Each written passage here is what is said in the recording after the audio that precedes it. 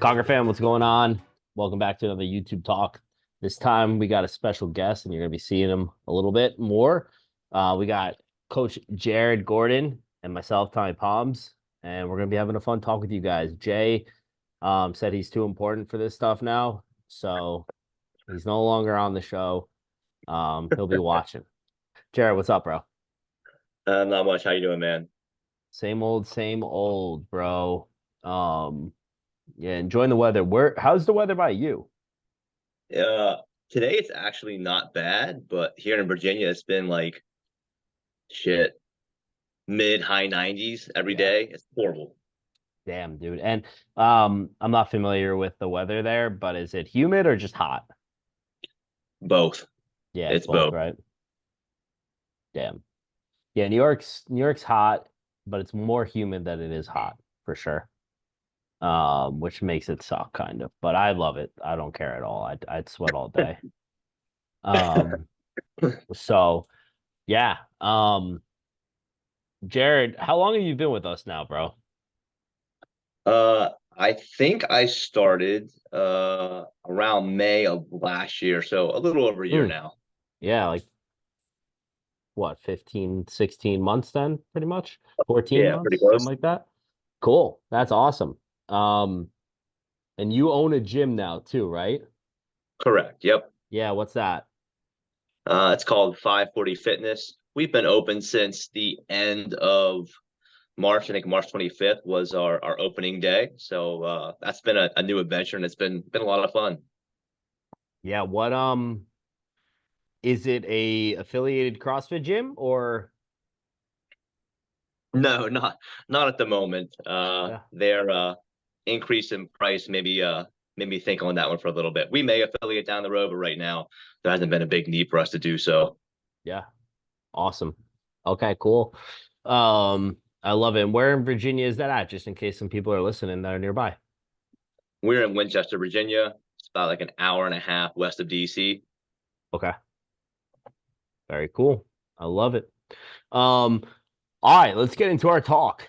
Today, as Conquer coaches, we talk a lot about principles, which is obviously super important because without principles, most things aren't going to work. But I do want to get into some more fun stuff, in my opinion, fun stuff, and talk some methods on how we can improve certain aspects of fitness utilizing these methods and of course the principles, right? So today we're going to be specifically talking about strength methods, and we're going to talk about types of methods that we like to use with our athletes to get them stronger.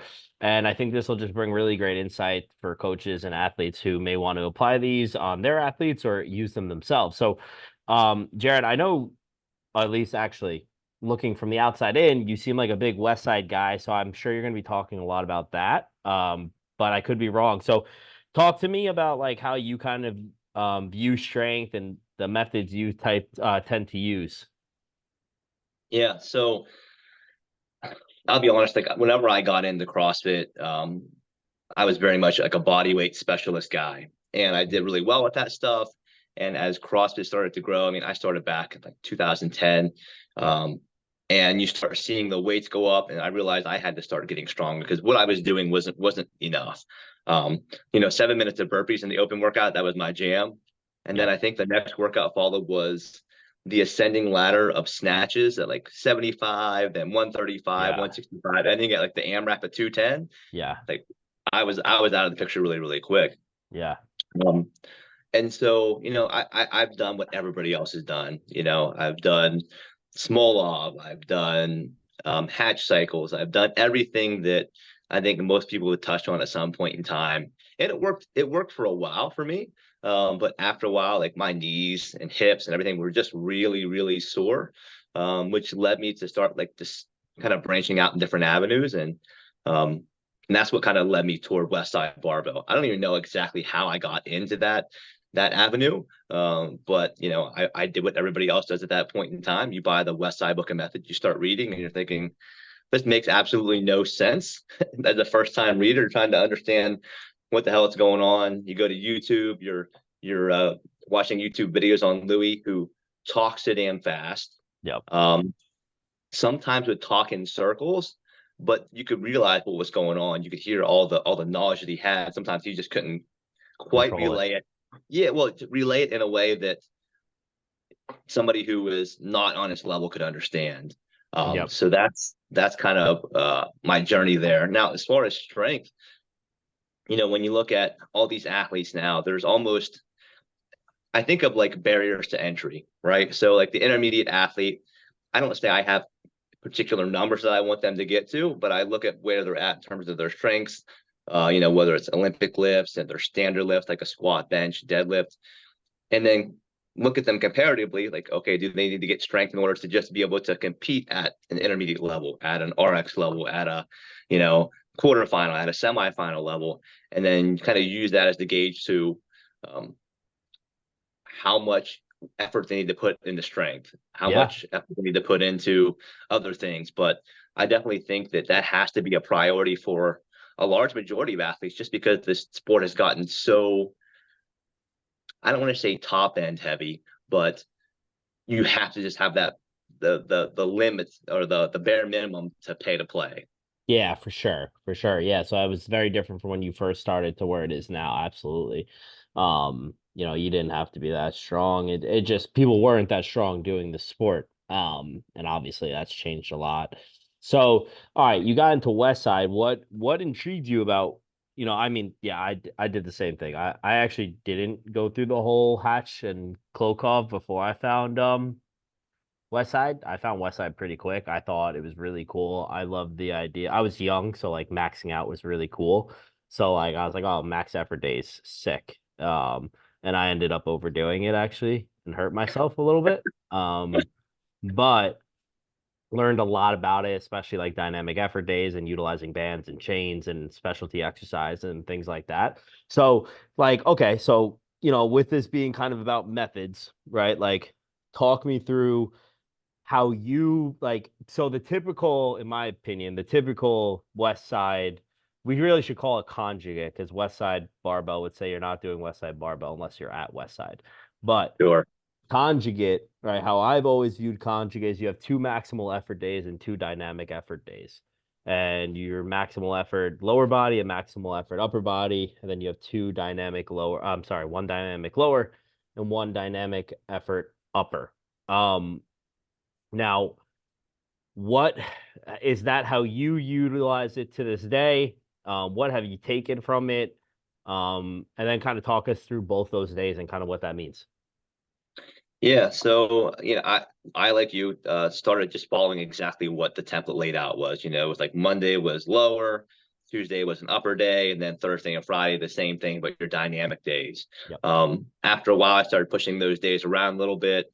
Um, I think it evolved to like Monday, Wednesday, Friday, Saturday with some like recovery days in between. Yeah. And honestly, I did that for myself for a long, long time. Nowadays, with my schedule and things like that, and just because my time is, at least for me, is more valuable in other areas as opposed to just being in the gym for that long, it's changed quite a bit. It's a very, very condensed version of that system, with like heavy on the accessories, which I think a lot of people kind of miss out on that. They just think lift heavy and lift fast, but um, that's it's evolved quite a bit for me.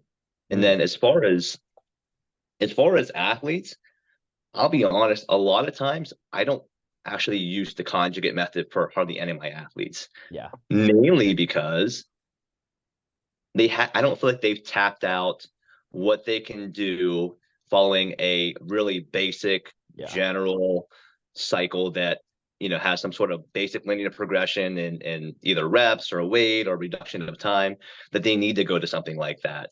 Um, I think it does benefit like a more experienced lifter who has done these cycles over and over and over again and just needs a new stimulus, in which case I think it's great for that. But for the average person, I don't. That's it seems kind of odd that that's my system I favor, but I actually don't use it for many of my athletes at all. No, I agree with that. A lot. Now, however, do you utilize any of like the methods that like West Side has, you know, brought to you on your athletes, like even though you're not necessarily following the conjugate template?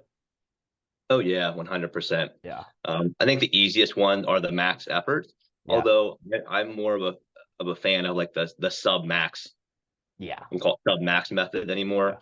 Just because lifting a barbell once is great, but the sport doesn't really demand you lift one barbell once. It's can you do multiple lifts? So I also look at it in terms of like how much weight they're going to lift. So if they're going to deadlift 400 pounds for one, but they can deadlift 365 for three. Well, one's 400 pounds and one's over 1,000 pounds of weight that they move. So I'd rather them get more work in instead of touching that top end, because in the end, too, a lot of athletes get too hyped up and they want to keep going for that one rep. And really, it's just lift heavy, get a good stimulus, move on. You don't have to necessarily PR every single day, Mhm. but I always worry that some people get too wrapped up in like, I'm lifting heavy, I got to go for a PR every single time, hurt themselves, and just sit back their training. Yeah. Yeah. Um, max effort days are fun.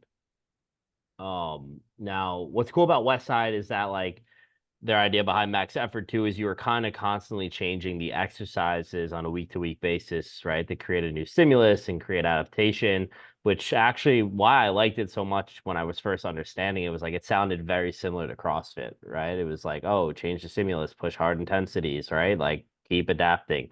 Um, but regardless, some of these specialty exercises that they would use, like, for a squat, obviously they were massive into the box squats, right? Like Mhm. I think that's where everyone started doing box squats from, to different heights, depending on, where you need to be stronger. That was the one thing that if I was to take from West Side, it would be that they weren't random.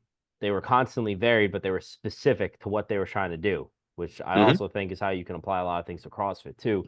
But and that's what I took a lot from it was like, hey, if you have a weak lockout, like you need to strengthen your lockout, like go attack that. And they did a really good job of explaining how you can do that. Whether let's just say it was, a bench press, they might use a floor press, or they might use whatchamacallit, block press, like something of that nature, right? They would really strengthen the triceps. Like they brought that light on to me, which I think a lot of people can still apply when they're programming strength. So like if you're like my athlete always gets stuck in the hole in the bottom of a squat, right? Like you can go strengthen that position at the squat and overload it, and that'll probably ultimately lead to them having a stronger squat in general. So that was like my biggest takeaway from West Side. Mhm. I don't do too many maximal effort days these days, kind of similar to what you were saying. Like one, they'll be constantly chasing PRs and they'll likely get hurt or just like have bad training days, trying to PR when they're not supposed to. And I do think that you can get a lot more work done with like volume at like sub-maximal efforts. So similar boat to you. So yeah, that was one of my favorite things about Westside for sure. Now, you said you've done a lot of programs. What are some other types of methods that you like to utilize to help get your athletes stronger, if you have one off the top of your head? Let me think. I think the most recent one that I've been playing with a lot. Now, it's I wouldn't necessarily call it top end strength, but it's definitely strength through some hypertrophy. Mm, Are the Myo match sets? Have you heard of cool. those? Yeah, that's a big time. For where I've learned it from was Dr. Mike Israetel of RP Strength. Yeah. Yep. Yeah, yeah. And I played with them for several weeks, and the amount of strain you get out of those is incredible. And I feel like Hmm. it really maximizes your time in a very quick way. I've had a lot of success with athletes who are just working to building their pulling strength. And Yeah. so I have them do strict pull up myo match sets. Mm, And I mean, they'll go from doing 10 pull ups to 20 strict pull ups in a max in a matter of 3 to 4 weeks. I love that. Can you explain to the people what it actually is? Yeah, so I might get this wrong, so jump in if I speak incorrectly. But to my understanding, a myo match set basically is you start with uh, a first set being maximal reps, anywhere from like the 8 to 15 rep range, and then you rest. I think anywhere from 2 to 3 minutes. And so each subsequent set that you do has to match the total volume you did in set one. So if I have an athlete who does 15 pull-ups in set one, that means set two, they need to do 15 pull-ups as well. And each of those sets starts with a max rep. So they may go set one, 15 reps, Set 2, they get 9, take like a 10-second break, do 3, 10-second break, get 3 more, and they finish out that set of 15. And they do that for multiple sets. And I think the major selling point of that is they hit failure at multiple times, as opposed to just doing 3 max sets where you would have a failure point at each of the end of those. Now they're hitting it, 1, 2, 3, 4. It could be, 6, 7 times within like a 3-rep set or a three set workout. Yeah, you nailed that. Yeah, to a T. I really like utilizing those for bodybuilding and stuff. Dr. Mike always, I've seen him do some gnarly stuff on with legs and doing those, and it's like just he's like throwing up outside. Like, I love that guy. So yeah, I'm actually was gonna say something that's very similar to yours, which is just cluster sets. Right. I would say clusters are a little bit different than the myo reps. Myo reps are like taken to extreme levels of failure, where clusters is a great way of being able to build, or I'm sorry, do more volume at higher percentages of your lifts. So let's just say that you could normally only do 5 reps at 80% of your 1 rep max back squat at any given point. A way to be able to potentially get more volume at 80% could be doing clusters. So how that would look is maybe you do something like 2 back squats at 80%, rest the bar for 15 seconds, do another 2 reps, rest the bar 15 seconds, do another 2 reps, and then you might call that an actual set. So now you've just done 6 repetitions at 80% of your 1RM back squat. You might rest 3 minutes and do that for as many sets as you think you need to that day. That's been a pretty effective tool for me with a lot of my athletes, and we all do cluster sets when we do Olympic weightlifting for the most part, right? Every time we drop and reset a barbell, it's a cluster set. We probably just don't really view it that way necessarily. So, it made a lot of sense to me when I started doing it with strength work. I really like doing it for a lot of movements, and I actually like doing it for deadlifts a lot too, just because I don't love the whole touch and go aspect when I'm looking at top and strength, because it's really only a concentric action. There's not a lot of eccentric that's going on during the actual movement when you're doing a 1RM. So I love them for that reason. So yeah, that would be like the second biggest tool that I think people could use for building strength. So we've gone over 2 on both ends here. I'd like to give each other, love to give the audience one more each. You got anything else for the people? Well, let me interject real quick. I'm curious, what is your favorite way? I mean, like myo match sets are relatively straightforward in terms of how you progress. It's just a matter of getting that max effort at each and every single time you go into that progression. But what's your favorite way to progress the cluster sets that you talked about? So if you did go back to the example you used, 2 reps, short break, 2 reps, short break, 2 reps, and you did it let's say at 80%. What might that next week look like for that person if they're doing something similar?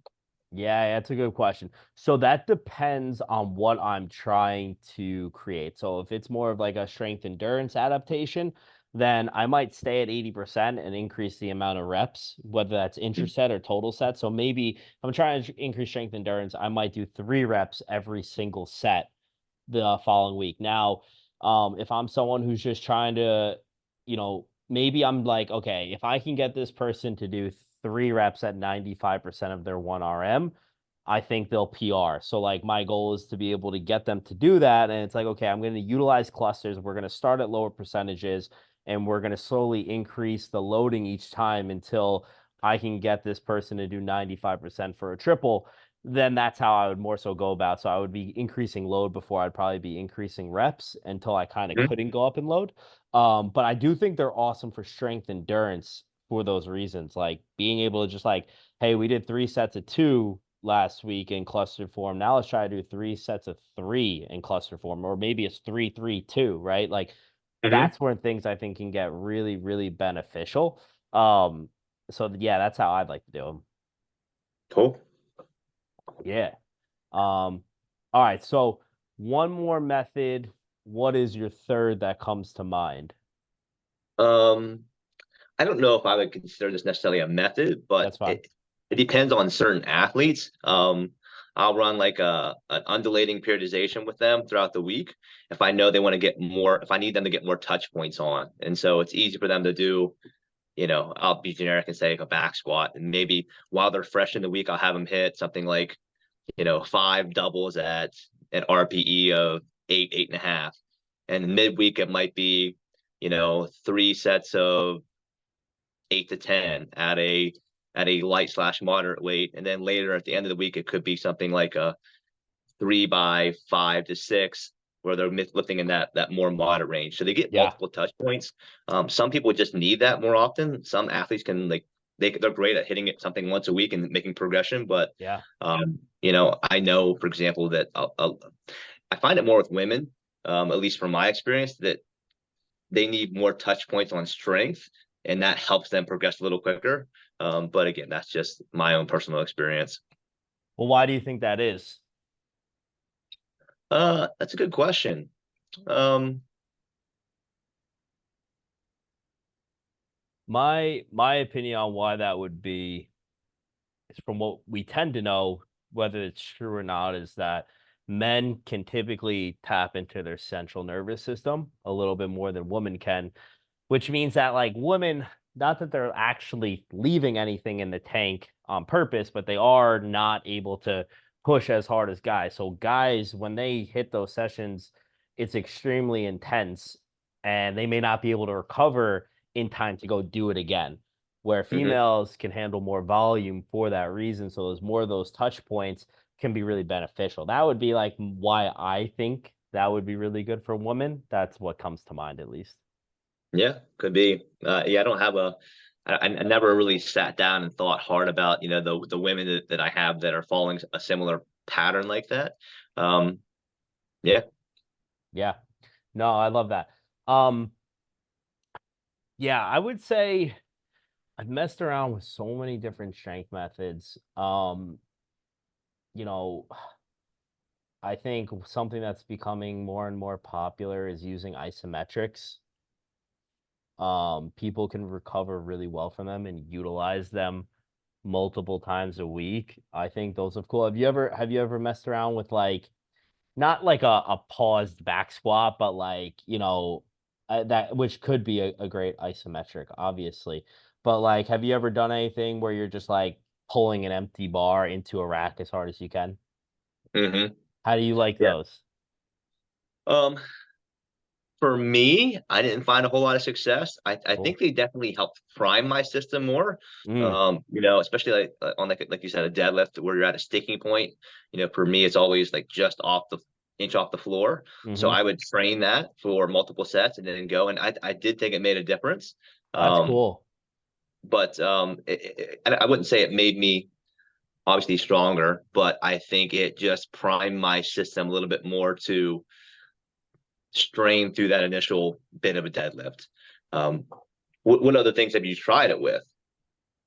Well, I've used things like I've used it for deadlift end range. I've used it for strict press end range, squat end range. So, a lot of people tend to get stuck at eye level for a strict press. So I've had people Mhm. just put the bar and place like a rack right underneath their eyes and get a bar and push into that rack as hard as they possibly could right at that eye level. And I've seen good carryover to like that end range strength and it carry over. I think you have to do a good amount of it, like a couple times a week in order for it to really actually make some good progress. Mhm. Um, but I've seen some good places there. Same thing with like a back squat. Like if you're someone who gets stuck in the bottom of the hole or 3/4 of the way up, set those racks and just drive as hard as you possibly can into it and really, really get your like legs screaming and just create so much tension. Um, I've seen some cool things there. And I feel like, what I liked about it for the squat a lot too is like people just got more comfortable where they weren't comfortable, like sitting in the Mhm. bottom of that position and just having to like create tension there and like build positional strength. I found it pretty cool. So I've utilized it a little bit like that. I think they're cool. There's so many different methods that I think are really fun to play around with, but like plyos is something we didn't really talk about. I think plyos are super beneficial. I think in the CrossFit space, that's probably one of the more beneficial routes you can go. I don't think people are doing a lot of plyos at all, other than like, I wouldn't consider doing 50 box jumps in a workout like plyos, really. You know what I No, mean? Like, no. Yeah, and I don't think we do enough of that kind of stuff, like building to a tough box jump or vertical jumps or broad jumps, things like that. I've been having my athletes do that. I use them actually a lot as primers too, just to like, hey, like we gotta lift heavy today, like let's get the CNS primed. What's something that you kind of get your athletes to like do to get primed? Is there anything specific? Um, Sometimes it just depends. Mm, It depends on the lift, depends on where they're weak. And I'll program something prior to that point for so they can work on things. So if it was, let's say, a heavy back squat, I might have them go at like 105% overload, just walk out, hold, get a feel for the weight, walk back in. Do the same thing with like snatch pulls. With these are things that everybody, I think most people do or play with. Um, as far as anything like plyometric, I do like certain things like depth jumps. I think are great. Provided you do them in doses that are reasonable and you're not trying to do a million of those. But hmm I think they have a lot of applicable transfer over to things we're doing like touch and go reps and being explosive in that aspect. Um, but as far as like any particular primers, it just really depends on the athlete, how well they've been progressing, or if I think they need something right before they're going to go through a retest because they just need like that mental boost to go ahead and feel confidence when they go into it, as opposed to having like any doubt in their mind. Yeah. No, I like that. Yeah, you talked about the pulls. Like I love that. I think that's a super fun way to get people primed for lifts, like just so they could feel those weights before they go into it, especially if they got to go heavy and they're fearful of it. So, yeah, we're on the same boat there, man. But I think we gave the audience a good touch on some strength methods that they could use and hopefully apply to their athletes. You got anything else you'd like to add in? Um, I was thinking when you asked about other methods, and it does kind of circle back to conjugate stuff, and I do think that one uh, method that is underutilized is the attachment of bands Mm, for some movements, not every movement. Like I'm not really a fan of banded cleans. I knew you were gonna say that. Yeah, dude, I've done them. They make you fast as hell, but they're scary. But no, they are great for getting past sticking points. And if it wasn't such a pain in the ass to set them up to Oh, anchor, yep, right? If it wasn't such a yep. pain in the ass, I would probably use them more often because I can guarantee you put anybody put a band on a strict press bar and they do 4 reps. You take the band off, they press. That fifth one feels like they're gonna throw it like into the ceiling Yep. every single time. And so I think there's something to be said with using that accommodating resistance that goes beyond gravity. But again, I'll be honest, I don't use it that often with athletes because it's just so much of a pain in the ass to set up unless they have like a power rack to do something like that. Yeah, it's so funny you said that. I just used the banded strict press on some of my athletes, and it's I do. I love them. banded strict press are awesome. I think they're great for like what you said. Not, I don't love them for dynamic movements. I like them more for like I love them for squats and deadlifts and presses. I've utilized them for push presses before. I think that Hmm. can be helpful for sure.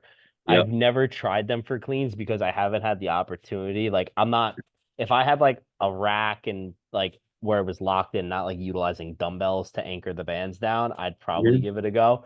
But like that's literally what you said. I would use bands all the time if it wasn't a pain in the butt to set up. Like it just is.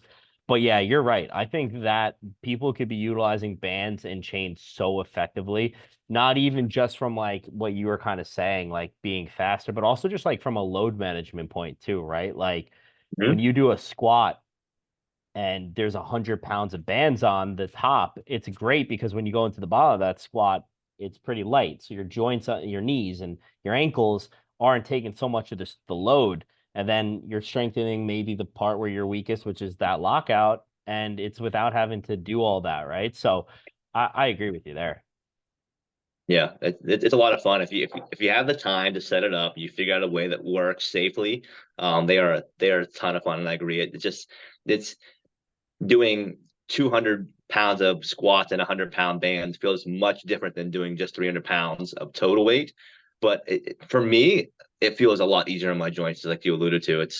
I can recover from that so much quicker, and I don't feel beat up. And again, it's just a shame that most gyms don't have the ability to do some of those things. Not like full on conjugate everything, but it definitely has a lot of value for people if they can manage the setup.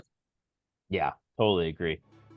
All right, man. That's gonna end this one, guys. I hope you guys enjoyed this. If you have any further questions for Coach Jared or I, you could always email us at the Conquer Info and try to get in touch, whether that's through a mentorship or if you would like for one of us to coach you or any of the other amazing coaches here at Conquer Athlete. Hope you guys enjoyed the episode. Talk to you guys next time.